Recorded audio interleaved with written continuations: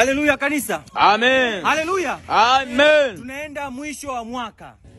Adui shetani anatafuta nafsi za watu kuziangamiza. Kuna ajali nyingi, kuna matukio mengi, kuna watu wanapotea, kuna vitu vinaibuka katikati ya mwaka na mwisho wa mwaka. Sema baba.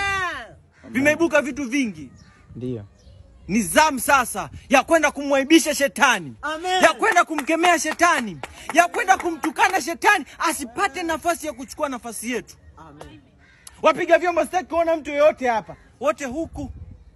Ndugu, chukua nafasi hii kumkemea shetani, kumtukana asipate nafasi. Twende kwa pamoja kanisa. Libo sandapa. Oh, good family book. Shetani tunakufunga na minyororo, achia bleki za magari.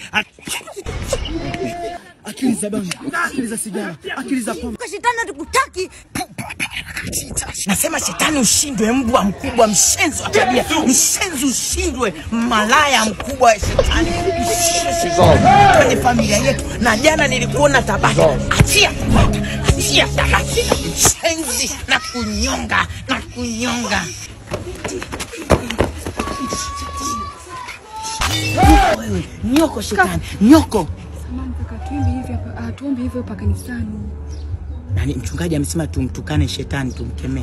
Sawa, lakini sio kwa lugha hizo. Unatumia lugha safi na nadhifu. Hapa ni kanisani kaka, sio mtaani. Sawa kakangu.